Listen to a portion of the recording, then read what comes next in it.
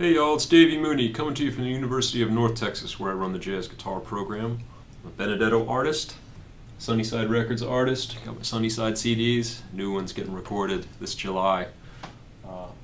Personalizing Jazz Vocabulary, my Mel Bay book. The new Mel Bay book will probably be out by the time you see this video. It is imminent. And yeah, semester is done over here, y'all, so I'm recording this video. It's kind of mid to late May, and also getting excited to head out to Jalapa, Mexico for the month of June, most of the month of June, to do some playing and hanging out and enjoying the amazing coffee down there. But that's not what I wanted to talk about today. I wanted to talk about the Benny Golson tune Stablemates, one of his more popular tunes, along with Along Came Betty, Whisper Not. It's really great. I mean, Benny Golson's one of the great jazz composers for sure. And this tune has been recorded a bunch of times. I was going back through the various versions. There's one from '58 of Benny Golson and the Philadelphians, which is a great Blue Note record with Lee Morgan and Philly Joe Jones, Ray Bryant, I guess, and Percy Heath. And there's also, Miles Davis recorded it on the new Miles Davis Quintet. A few years before that, I think, with Train and Red Garland. And Dexter Gordon has a record called Stablemates from the 70s. I found a Cedar Walton version, Cedar Walton and Buster Williams in duo. And these days it's pretty common jam session tune. And in newer records, I found a live version of Walter Smith, great tenor player, playing it. So it's definitely a popular tune. And this is one of those where I actually started listening to the old versions. This is one of those songs that I think somebody showed me. I didn't learn it from a book, and I can't remember. But at some point somebody was like, here's how it goes. And it's the A sections are 14 bars. It's an interesting form. It's ABA form, 14 bar A section, 8 bar bridge, 14 bar A section. And they showed me that the chords were the opening was E minor 9, A7, E flat minor, A flat 7 to D flat. So kind of a chromatic 2/5, E minor 7, A7, E flat minor 7, A flat 7, D flat, and then it goes on from there. And in my mind, I always kind of grouped it together with Moment's Notice, the Train tune, because you have that same kind of chromatic 2/5, but in the other direction. So instead of going down chromatically half step, Moment's Notice is like E minor, A7, F minor, B flat 7. And he uses this G as sort of like a pivot note or an enharmonic modulation. But listen to these old versions. I swear to God, y'all, they're all playing. The first chord is a B flat dominant 7, sharp 5. Although the Miles, I think he might be doing E minor, because I listened to the beginning of Train solo. It's kind of hard to hear, honestly, like the fidelity of those old recordings, what exactly they're playing sometimes. But Train goes at the beginning of his solo, so I'm thinking that's probably implying, E minor, A7, E flat minor, A flat 7. But man, my whole life I've played E minor, A7, and if you go to a jam session, that's probably what people are going to play. If you look at the iReal thing that everybody has on their phone, including me, it's E minor, A7, E flat minor, A flat 7. So I don't know if my whole life is a lie, but they definitely, Dexter, they play that. Cedar Walton plays that. I'm pretty sure these Philadelphians play that. So I don't know when it changed. It probably Miles. He liked to change people's songs around and try to claim that they were his, but that's another story. Anyway, so I'll go through the chords as most folks play them, like on a jam session, and talk about it a little. So E minor, A7, E flat minor, A flat 7, D flat major 7 or D flat 6, C7 sharp 5, then an interesting like 2/5 in G flat,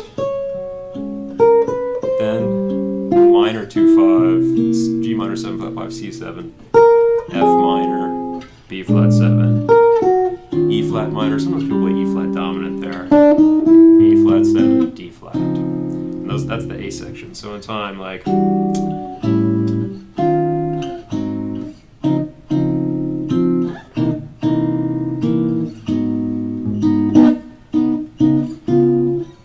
G flat,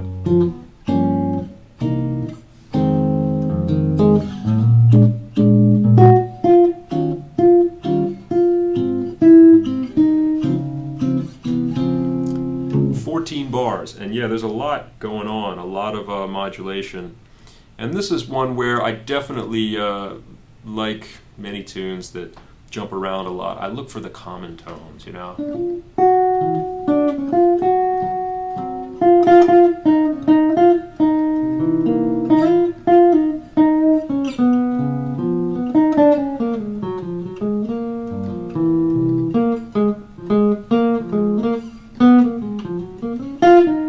So like, you know, for instance, G flat, F sharp works on both E minor, A7 and E flat minor, A flat 7. It's not that I'm only going to play that note, but that note can be like a pivot note.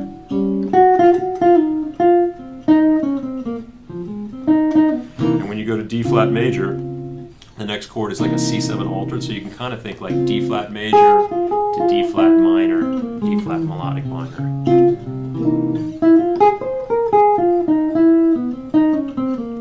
And then there's a lot of common notes like E flat works for both of those. D flat, you know, if you want, kind of works, but you know, yeah, D flat major to D flat melodic minor is a nice thing, and then to get to A flat minor, yeah, again, E flat is a common tone, B flat is a common tone, so there's a 2-5 to G flat, then you get from G flat to G minor 7 flat 5. I guess the chords don't actually jump that far away, they're all real close, like G flat major 7 to G minor 7 flat 5. I mean, it's right next door, but and the upper structure is very similar. Like a B flat minor sound is G flat major from the third and G minor 7 flat 5 from the third as well. C7, F minor, and then you have 3, 6, 2, 5.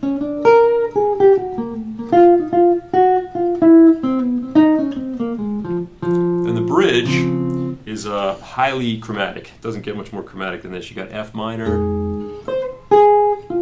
G flat 9, G7 kind of with a sharp 5, C7, and then what I do here, I do 2 5s here. Some people just do dominant, so I go like F sharp minor, B7, F minor, B flat 7, E minor 6, A7, A flat 7. I'm sorry, E flat minor 7, E flat minor 6, A flat 7. Hope I said all those right because there's so many chords. F minor, G flat 7, G7 altered, C13, then chromatic 2 5s, F sharp, B, F, B flat, E flat, A flat. And then, you know, we would be led to believe by all the charts and what people play that to get back to the A section you play E minor, although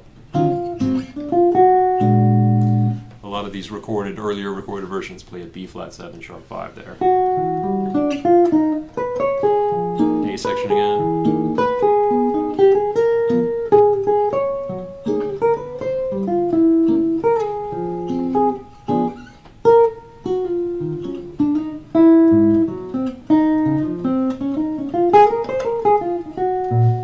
I'm going to start playing that chord against, even if people play E minor, because, you know, that's just sort of how I am.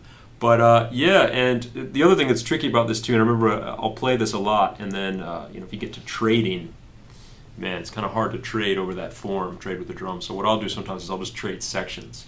Like I'll play 14, the drums play 8, I'll play another 14, and then it turns around, and the drummer plays a 14, 8, 14. Because not only is it that odd number of bars, I mean they're not odd, they're even, but unusual number of bars in the A sections, but the fact that it's A, B, A, it kind of like, you know, if you're trading with 2 people, that has some mathematical implications.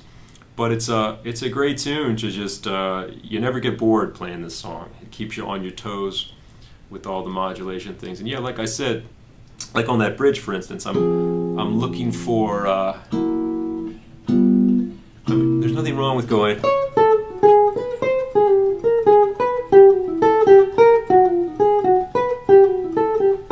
you know, playing a parallel thing as the chords go down in half steps like that, you know, nothing wrong with it. A lot of great jazz solos do that, but you know, I kind of want to do something other than that, and at times kind of go against the motion of the bass and maybe ascend or just kind of stay in one spot. So I might play the bridge.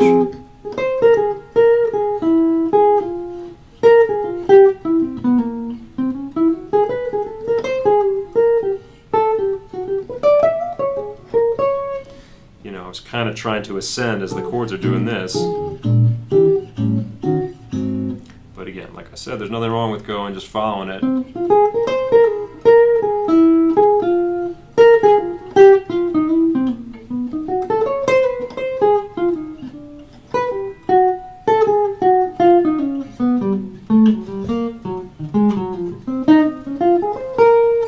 But you know, part of me just wants to see if I can do it, go the other direction, like maybe even if it were like F sharp B, if I could go like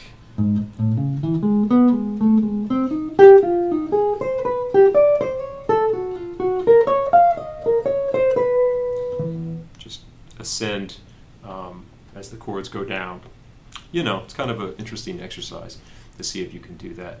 And again, you know, anticipating my new book, which I'm going to probably do several videos on when it comes out. I like, with a tune like this, I like to be able to play it, pick one area of the neck and make sure I can play the whole thing, you know.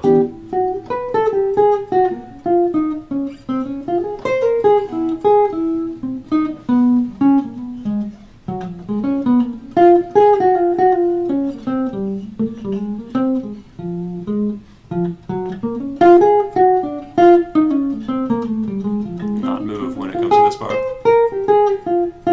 Let's see if I can do this.